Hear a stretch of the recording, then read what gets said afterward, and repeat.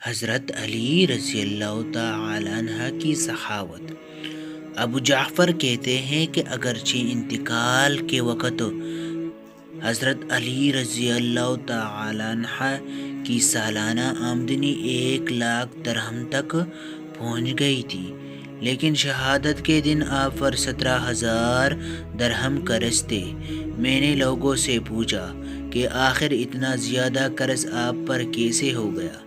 تو جواب ملا کہ بات یہ تھی کہ آپ کے وہ دوست، احباب اور رشتہ دار جن کا مال غنیمت میں باقاعدہ حصہ مقرر نہیں تھا، آپ کے پاس آ کر سوال کرتے تو آپ انہیں مرحمت فرما جاتے تھے۔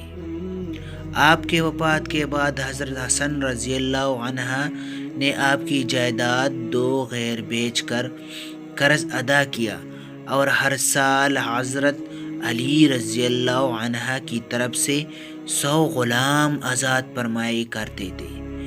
حضرت حسن رضی اللہ تعالی عنہ کے بعد سیدنا حضرت حسین رضی اللہ عنہما اس سنت کو زندہ رکھے رہے، یہاں تک کہ شہید ہو گئے، پھر بعد میں یہ سنت جاری نہ رہ سکی۔